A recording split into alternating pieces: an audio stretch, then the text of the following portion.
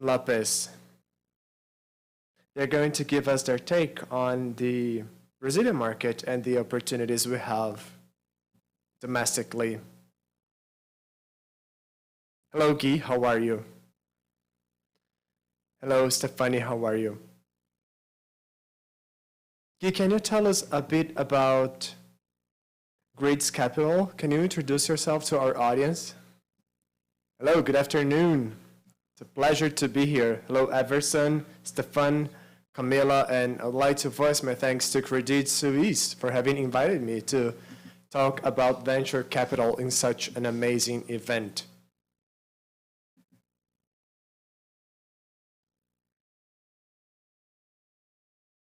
Let me tell you a bit about grids. We try to connect the finance with the technology world. I am tech engineering. I studied AI and computational vision back in the 90s. After that, I spent 20 years working with risk management and asset allocation. I worked with multiple asset classes. I started working as an angel investor by the late 2000s. Back in the day, I invested in companies that belonged to my former colleagues, people who were developing new technologies.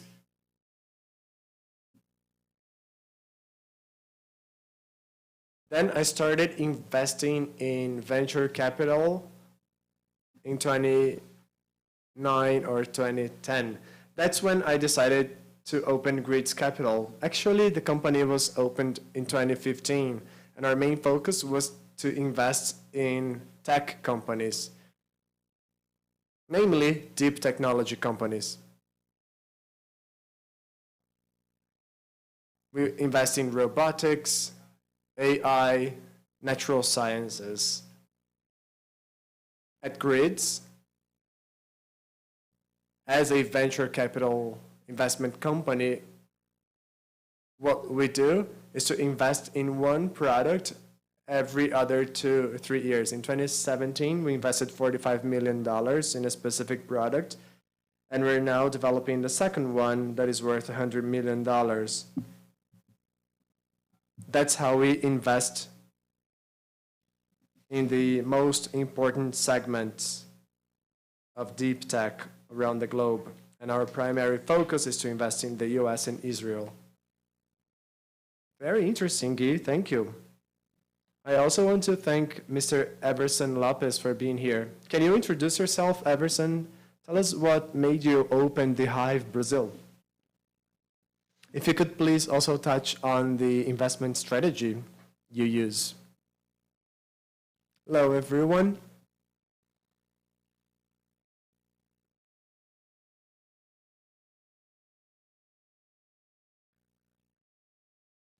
Everson, we can't quite hear you.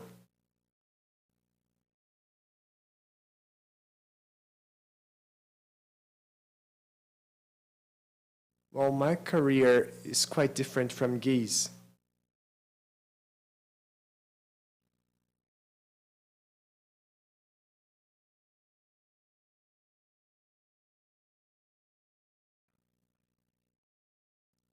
We apologize, Everson. We can't hear you.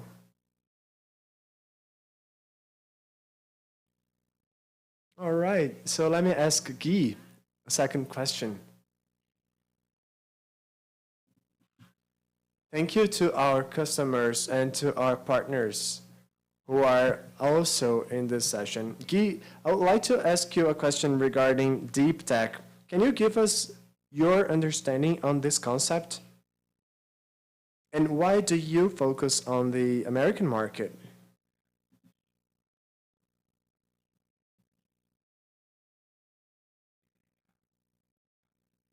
Well, the venture capital market can be broken down into soft technologies and deep technologies. These concepts are quite new. However, in the late previous century, we already had some companies that could be classified as deep tech companies. This concept became more popular about 5 or 6 years ago, and the difference between soft and deep technologies is basically their areas of development. Soft technologies are basically startup companies that work trying to put together existing technologies so as to create a new product or a new service. On the other hand, deep technology companies are startup companies that are truly developing new stuff. They're developing new technologies. Maybe something regarding robotics, new therapies, new diagnostics tools, energy generation or transmission. Maybe they're thinking about new tech infrastructure, spaceships, autonomous vehicles, you name it. Whatever has science behind it, or whatever science-based product that pushes the frontiers of knowledge, that can be seen as deep technology. In the global venture capital market, deep technologies account for roughly 25 to 30% of the invested volume. These figures date from back to 2020. There was roughly $260 billion invested in venture capital, and 25% of this capital was invested in deep technologies. Now, why focusing on the US? Because we are trying to maximize our chances of survival, and we want to be as profitable as possible. For that, we need to have this whole set of elements that add up to each other, elements that give us a better perspective as investors. Now, let me talk about these features. First and foremost, we need to have an ecosystem. We need scientific-based facilities. And we need funds too, from NGOs or from the government. We need a low attrition environment too. When it comes to legislation, to legal or labor work, we need the whole ecosystem to be financially healthy, and we also need good universities or research centers to back that up. The military also plays an important role. Military institutions have always been early adopters. They're always willing to try out new technologies for very particular purposes, but at the end of the day, we can fast-track these technology uses to civilians. Think of the GPS, think of drones. All those initiatives were sort of kick-started by military institutions. We also focus on the US because we are highly connected to that ecosystem. I've been working in the US for the past 20 years as an investor. And we see this large number of products, we see this great number of entrepreneurs. And because of that, because of the capillarity we can reach, because investors are also researchers oftentimes, as well as the low attrition environment, while all those elements have made us focus on that market. Good, let's try and talk to Everton once again. Can you hear us? Sure, can you hear me? Yes, way better. Can you introduce yourself and talk a little bit about the Hive and your strategy? Thank you, Stephane. Well, I'm the CEO of the Hive Brazil. We're located in Palo Alto in the Silicon Valley, and we expanded to India, Brazil, and Asia. We usually invest in companies that are expanding. My career started in Brazil at buscapé.com. That was first generation of internet companies in Brazil. Worked with corporate development. There were actually 11 companies in that group. So for payroll, for marketplace, that's what we did. Then I spent a year in the Silicon Valley to understand the industry. We know that Brazil is a large market and people are willing to try out new technologies. And technology plays a pivotal role in that regard. Then I went to Atesnet, which was the first venture capital fund created in Brazil.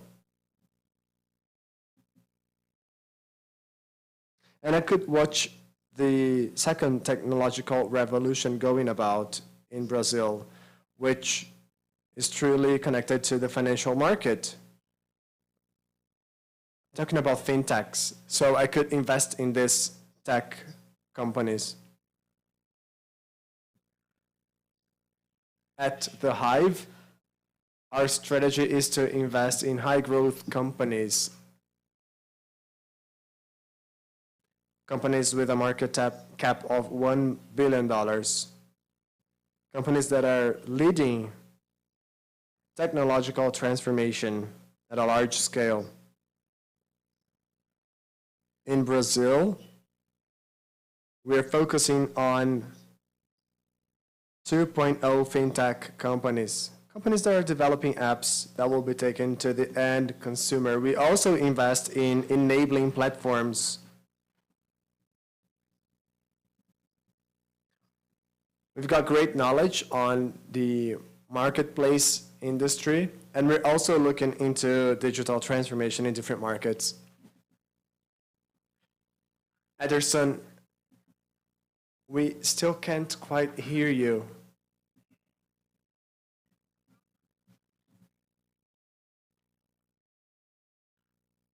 So let me ask you another question. What is the best startup model for Brazilian companies, and how can they add more value to entrepreneurs? Well, we're always looking into companies that will provide customers with faster and cheaper products. Think of Netflix for one. At the end of the day, Netflix did not do away with Blockbuster. You know, the fees they charged, the way content was taken to their customers is what ruined the company. So that's pretty much in line with our perspective. We want to invest in companies that take faster and cheaper solutions to our customers. We're always looking into the end customer's experience. We also want to invest in companies that can scale up real fast in terms of distribution. We also want transparent companies. And we also try to invest in companies that come up with a good brand relation with their customers. In terms of science and technology,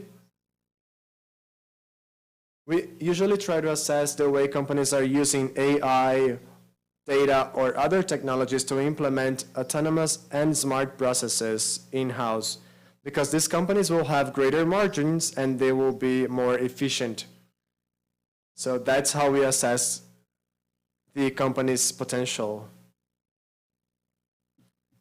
We also look at other countries and we try to understand what previous companies have done in terms of their go-to-market or distribution strategies. So we try and connect this global portfolio best practices to Brazilian companies. As an entrepreneur and as an investor, I truly know the industries where we invest on, enablers, marketplace, or even platforms. So we got great knowledge on that. Brazil is a highly complex environment from the regulation standpoint, from the legal standpoint, and also in terms of the talents we have. Now, since we know these industries quite deeply, we have an easier time investing in them as compared to other investors. That is a true differentiator. Now, Guy, with regards to deep tech,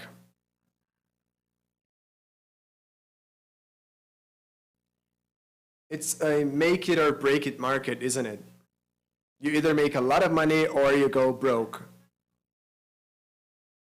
And news articles are now emphasizing that this process have to go about slower. There's a lot of research and innovation behind these product developments. How different is the deep tech market as compared to the venture capital market? When is the right time to invest in those companies? Camila, that's a great question. Now, this is what happens. A deep technology company's journey usually starts before this company is even created. As I mentioned before, deep technology companies are usually trying to discover something, innovate, come up with a new device or a new process. And this only happens after years of research.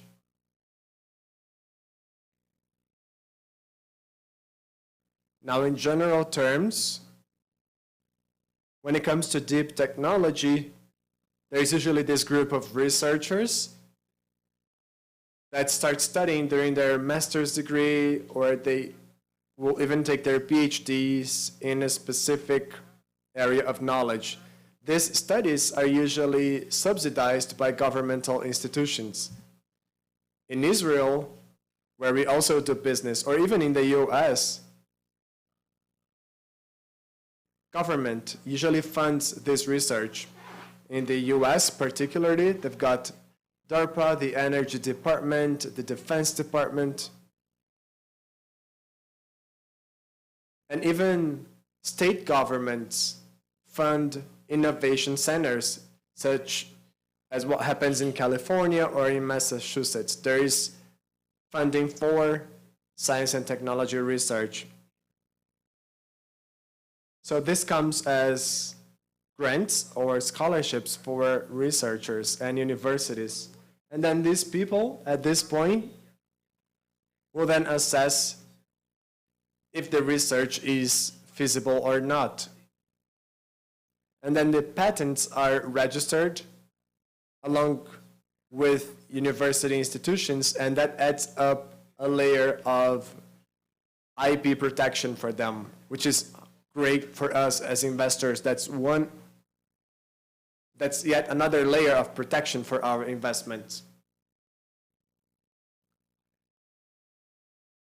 Now, when the research becomes economically viable or feasible, that's when this company will try to raise funds. So a company is created. This company sells part of its equity to private venture capital investors.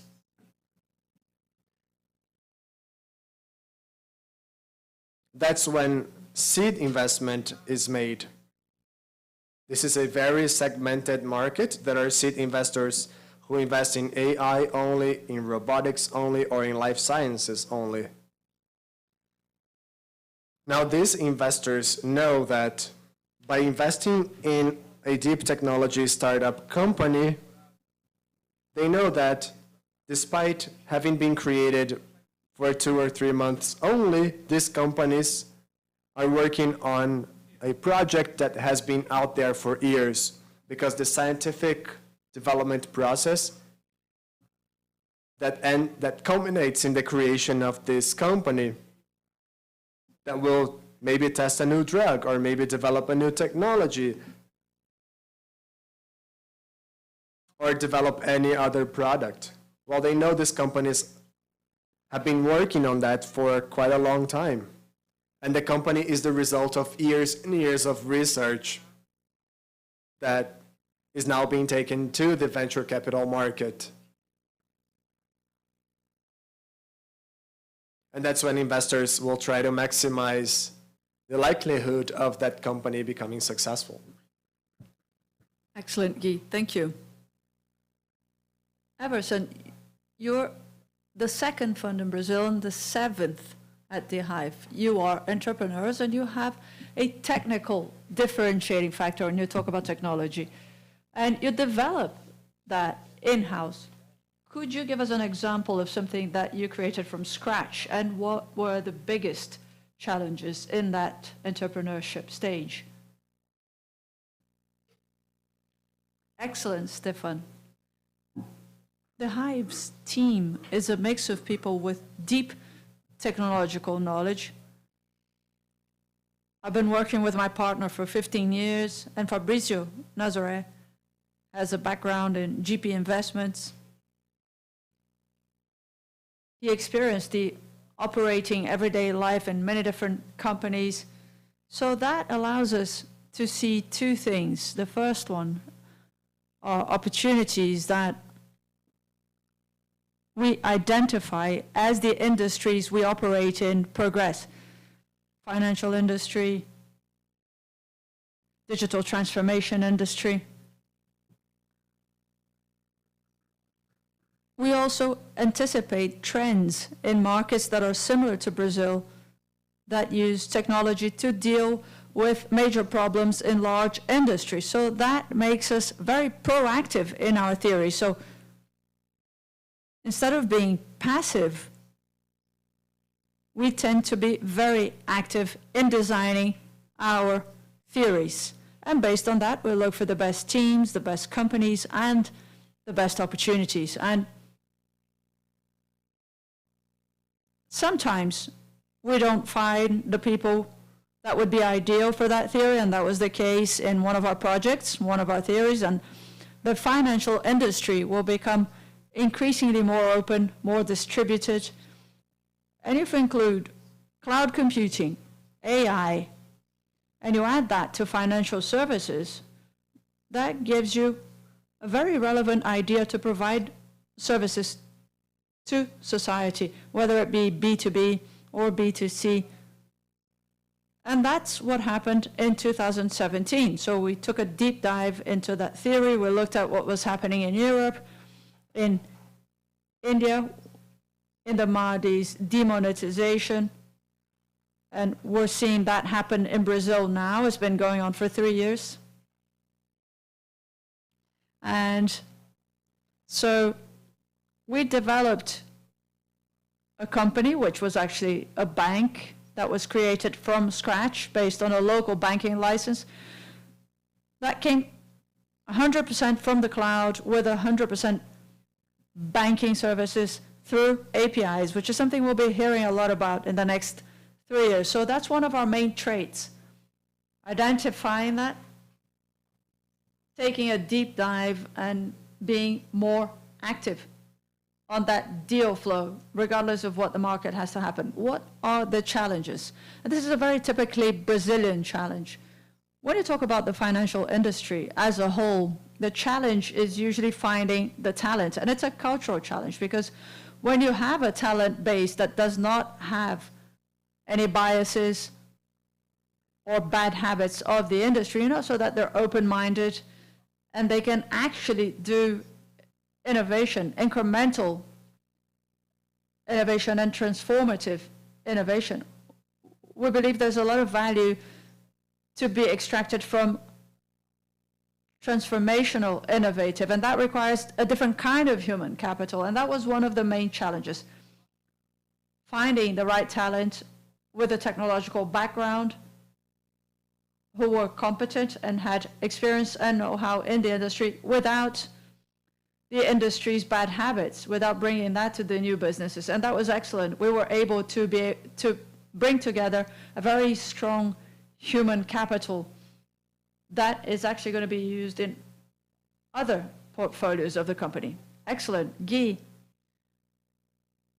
could you talk about deep tech in the US, and what's the secret to have access to that? Is it the time you've been around in the industry? What are your secrets?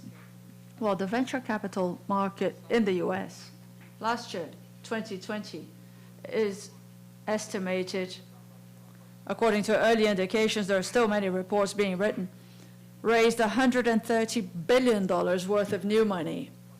I think the pandemic, you could even have case study that the pandemic accelerated some specific investment verticals because we all had to start working remotely, because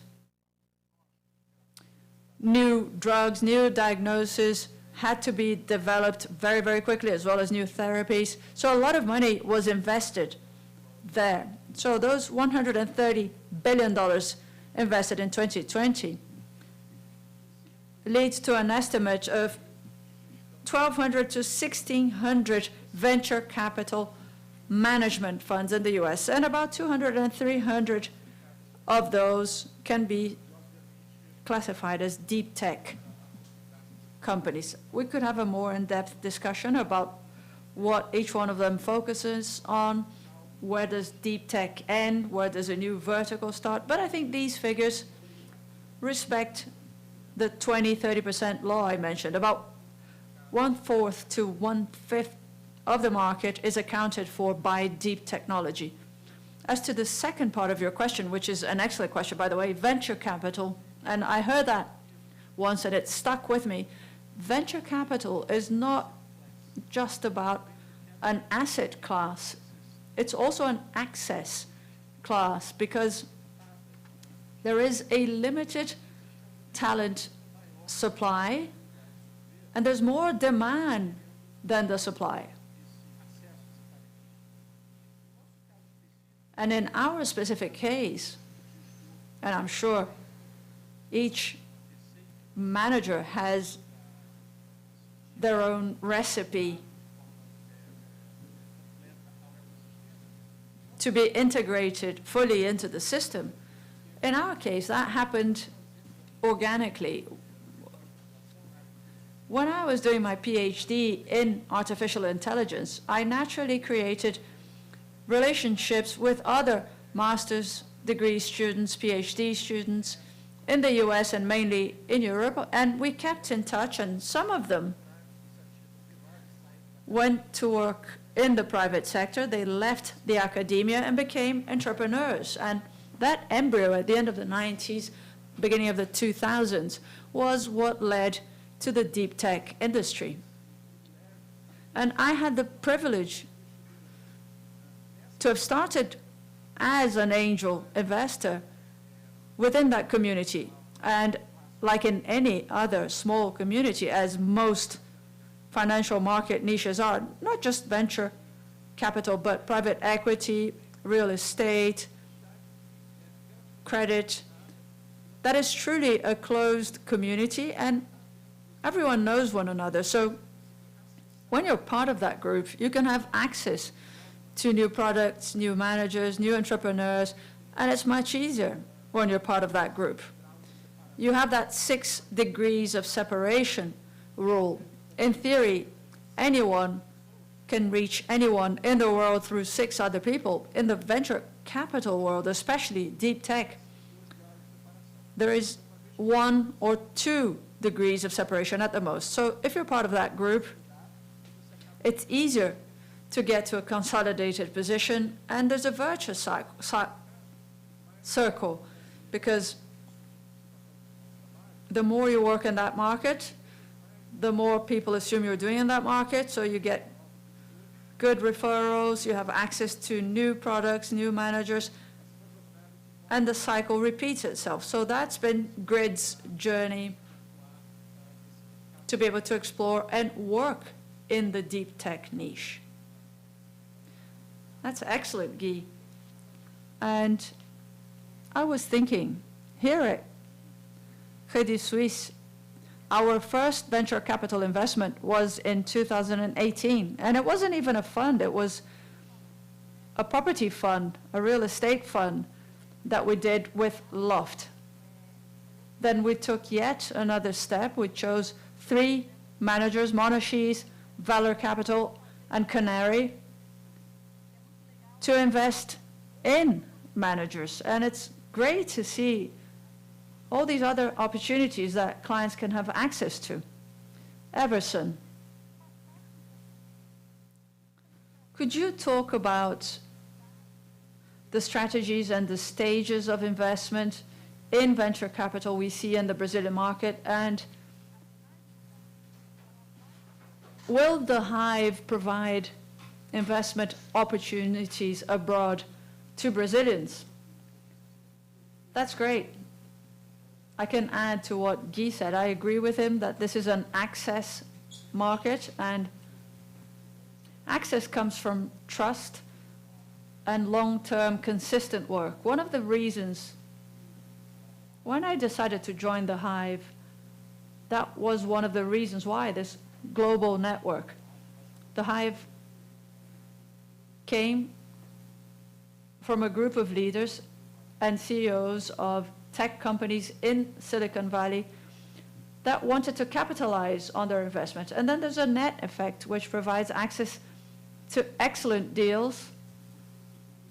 And from an investment point of view, to answer your question, it does make sense to have a small allocation to investments outside Brazil through that deal flow. It's a high quality deal flow with solid companies that fit with our theory and that are in markets with different levels of liquidity to those of the Brazilian market.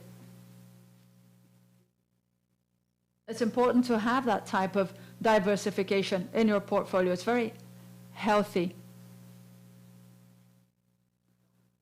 The Brazilian market, when I was in the US, it was 2010, and I came back to Brazil then because I wanted to understand how we could combine technology with alpha creation in the Brazilian market. The venture capital in Brazil is very new. If you look at the funds that are still in the market, they're all from 2008, 2009. So it's only been around for about 10 years, and now finally these funds are becoming mature. If you invested in venture capital in Brazil with a 15% interest rate, it didn't make much sense, which is very different to the current market. Our current interest rates allows us to reserve capital for that. And it makes sense for the country as well because it generates employment, it generates GDP. So the past 10 years were a structuring stage for the venture capital industry. And the capital chain, it's still a long way before we get to the capital market. Another critical factor is the fact that we have a lot of entrepreneurs in Brazil. Brazilians are entrepreneurs by nature. I usually say that any Brazilian goes to a different market will do extremely well because tough storms make good sailors. And Brazil is a country of good sailors. So this market has progressed hugely since 2010, and companies that are receiving foreign investments from foreign funds have been going through growth stages, and they have creating new talents who will become entrepreneurs. So what happened in Brazil in the past 10 years was a very powerful revolution that will bear fruit over the next 50, 60 years. I think the next 2 years will be the best 2 years of the allocation industry in Brazil because entrepreneurs are becoming mature, high quality assets, access to capital, huge problems and great opportunities to be solved in Brazil. So there are many problems to be solved in Brazil, which means there are excellent business opportunities. And there's a first wave of companies that have been invested in, and they're growing now. And I think now we're sowing the second crop of these companies. Guy, there aren't any deep techs in Brazil, perhaps through a lack of investment or research. In fact, I'd love to hear from you on that. Do you think that might change? Do you think one day we will have a deep tech hub in Brazil? Well, that's one of the things we advocate for here at GRIDS.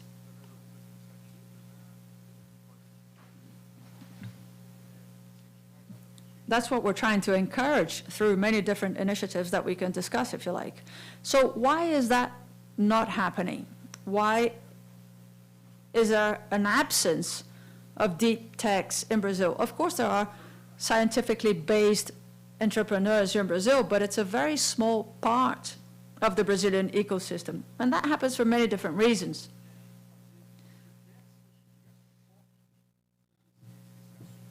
We can look at it in many different ways to try and understand the reason or reasons why Brazil isn't an ecosystem where deep technology startups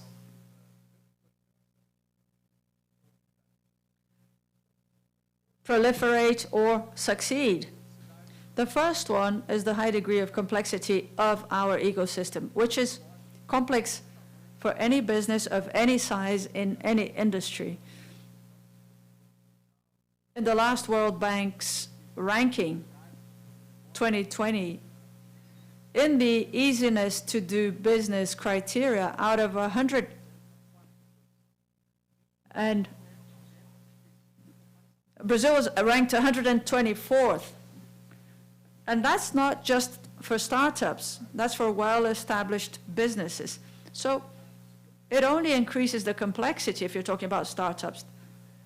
The second problem is that labor laws, tax laws, laws in general in Brazil are very complex. They're very difficult for entrepreneurs, whether it be for software or deep techs. So that World Bank survey with 190 countries, Brazil ranked 184 in terms of complexity. We're close to Chad, Venezuela, and Somalia. I don't mean anything negative about these countries, but they don't have the same economic power as Brazil. They're not as thriving as Brazil is. So obviously it makes life hard for entrepreneurs, whether they're investing in venture capital or deep tech. And in the world of deep technology, you need protection.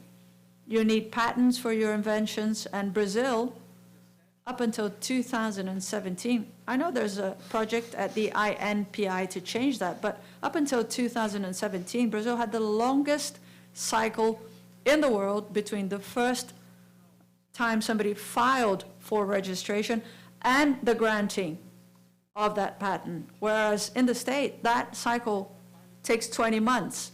So that's also a problem for scientifically based entrepreneurs. Now, the way universities and the services sector interact is also different. They don't lack good professors or good educational institutions. And that is a paradox in Brazil. Brazil is amongst the 20 countries around the globe with the best and largest number of scientific articles published in journals. Now we know we rank amongst the best because of the number of times these articles have been quoted. So this comes as a paradox for us. On the one hand, Brazil is seen as one of the countries that produces the largest amount of scientific articles around the globe, but there is a major gap between the academia, between universities, and the number of tech companies that can make our society wealthier. That happens because the legal framework, the legal mechanisms in Brazil are quite complex.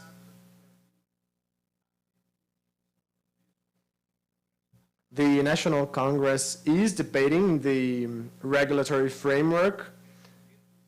That framework has been recently implemented so as to reduce this level of complexity, but there's one more thing I wanted to add to that.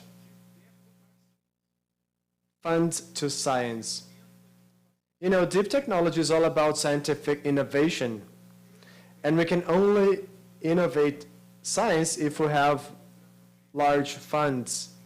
In the US, they started their nanotechnology program back in Clinton's administration. So from the 2000s on, more than $30 billion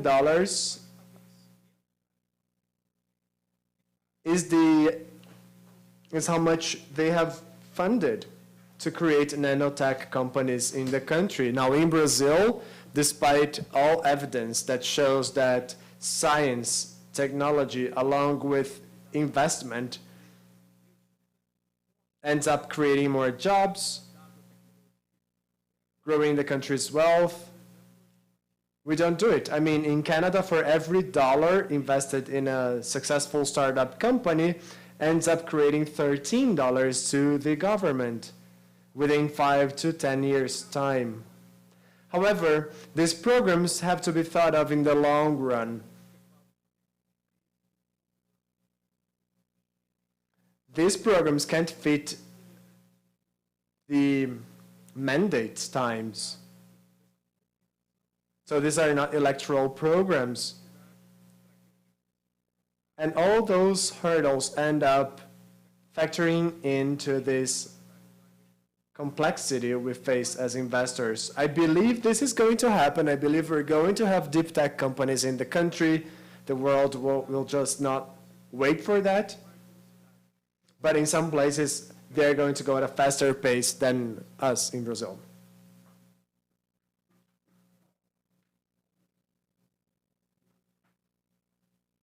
Guy, what about market opportunities?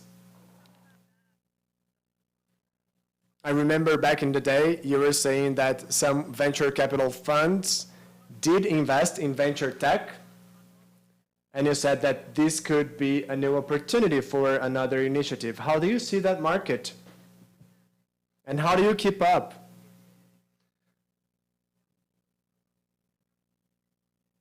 I mean, investing in funds in Brazil is a very small market. How do you keep up with the foreign funds and with the number of companies? Well, we've got a mixed strategy. We invest both in companies and we also invest by making use of funds. Now, why do we do that? Because in the venture capital market, we have to face a major challenge, which is the adverse selection process. Sometimes entrepreneurs, they want investment, but we as investors, despite the capital demand to invest in good companies, we see that on a global level, the percentage of companies that can be assessed as being great companies is very low. So the strategy we use is very similar to the asset allocation strategy we use for other classes of assets.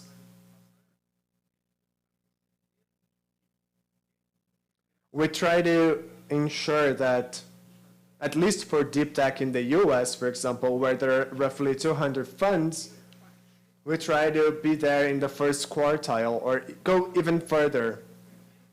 So we try to be there, and we follow that up closer or not according to the amount of resource we have for different managers.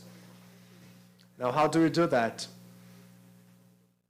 Conference calls, mainly because of what happened in 2020, but we also have in-person events. We also have letters that are sent to venture capitalists. Information is sent to investors little by little, because it's all about bootstrapping these companies and technologies. And just like what happens in the capital market, you know that there are clusters around the best funds, the ones that have the best track record, the ones that have the best results.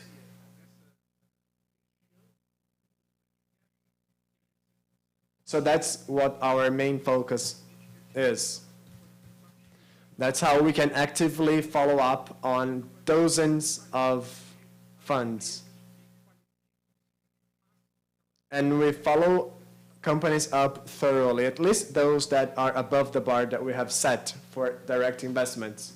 I think that helps us explain the risk asymmetry that favors investors. That's how we directly invest in funds and in deep tech companies.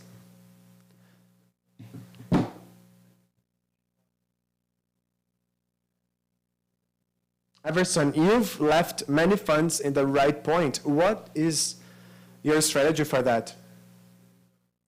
That's a great question. That reminds me of the latest Howard Martin's letter that I read last week. He says that the hardest thing is not to know where you have to invest, but you have to be diligent enough to know when you have to leave funds. This is a very complex decision because there are many players around it. The competitiveness of the market, the capital cycle of investment funds. We usually assess liquidity levels, and we constantly assess risk and return, as well as liquidity, because companies do not have constant liquidity, as we know. But above all, we assess different metrics according to different investments. So we try to look at the company's potential. It may be market share, revenue, or a number of other other elements. And we follow that up closely. That's how we try to help entrepreneurs.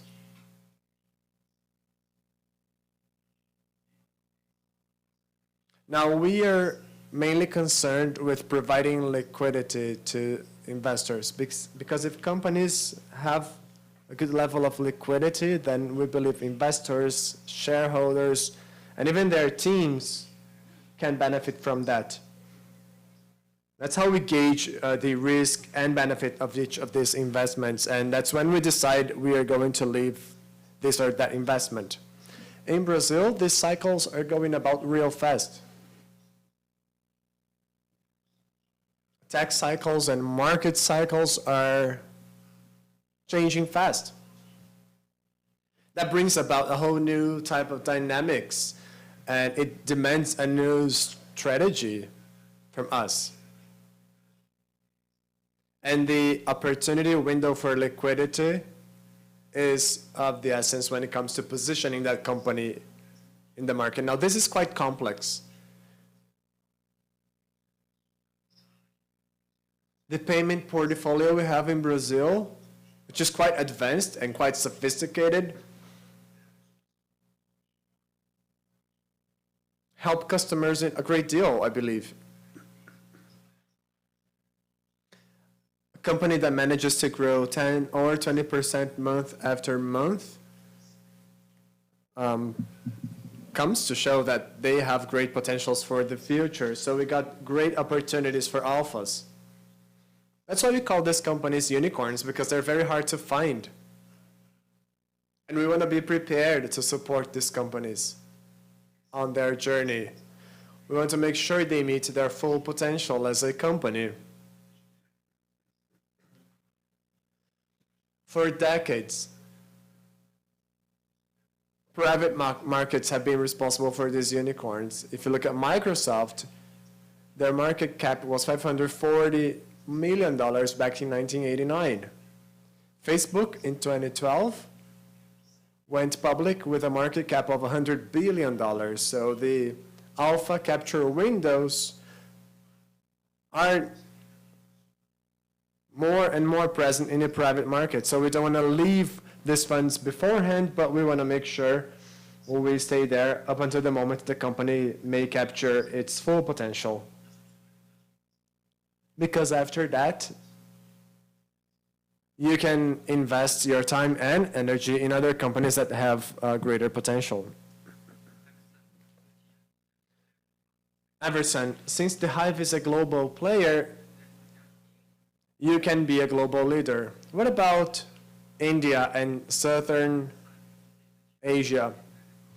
What insights can you use in Brazil? At the Hive, we have great local footprint. We got great track record, great experience. We have invested a great deal in Brazil, so we know what the local market is all about. And we try to combine that with our global knowledge. We try to also use knowledge from the Silicon Valley, from US companies, and we do the same for India and Southeastern Asia. Different countries have very different particularities. In the US, we try to make use of AI, logistics, e-commerce, and finance tools. And we see that the industry adopts those technologies real fast in the US. And that may happen because most of the largest software companies are located in the Silicon Valley. So we try to make the most out of technology to extract the greatest value out of it. Now, India is a very particular country, but I really like it because that's a very complex country, and it's quite different from Brazil. If you think of logistics for one, if you want to create a logistics platform for e-commerce in India, that's very hard to do. And for a continental country such as Brazil, where we have a great innovation industry, there's a lot of room for growth in that regard. So that's why we assess all those elements on a case-by-case situation. So for example, infrastructure for e-commerce and logistics, we always make data-based decisions. And we try to assess that data from India to see if we can apply that knowledge to Brazil. Another thing I've mentioned already is something related to the financial market in India. They are very used to using digital wallets, just like people are in China. But in India, their model is very similar to the model the Brazilian Central Bank has adopted, which is the PIX model. In India, they have the so-called PI system, and users can exchange money through message platforms such as WhatsApp. So what they did was to dematerialize currency. That's why we have to consider what is sustainable for our country, what challenges, opportunities, and threats we can handle. We could see that happening in concrete terms in other countries, and we can bring the best to Brazil. That includes the insurance market, the payments market, and other solutions. Now, Southeastern Asia has very particular features. Think of Indonesia, for example. It's a very large country with a very large population. There's a large acceptance of credit cards. However, they have only 30% of penetration in banking institutions. So Indonesia is basically Brazil 5 years ago, what we were 5 years ago at least. If you look at the number of companies that have emerged in Brazil over the past 5 years, well, that was a great number, and we believe the same thing will happen in Indonesia. So we have to try and anticipate trends. We try to assess how different countries are solving their problems from a technological standpoint and see how we can apply that to Brazil. That's great, Everson, thank you. You mentioned alphas and the way they are created by the private sector. Now I have a question regarding the tech market in the US, because they have been solving those hurdles quite easily. Now, if we compare Brazil to the US, in terms of alpha creation, where are the best opportunities? Because it seems to me that the valuation for good companies is higher for American companies. This question actually goes out to both of you. I'd like to hear your perspective on that. It's a great question, Stephane. I actually wanted to show you a chart.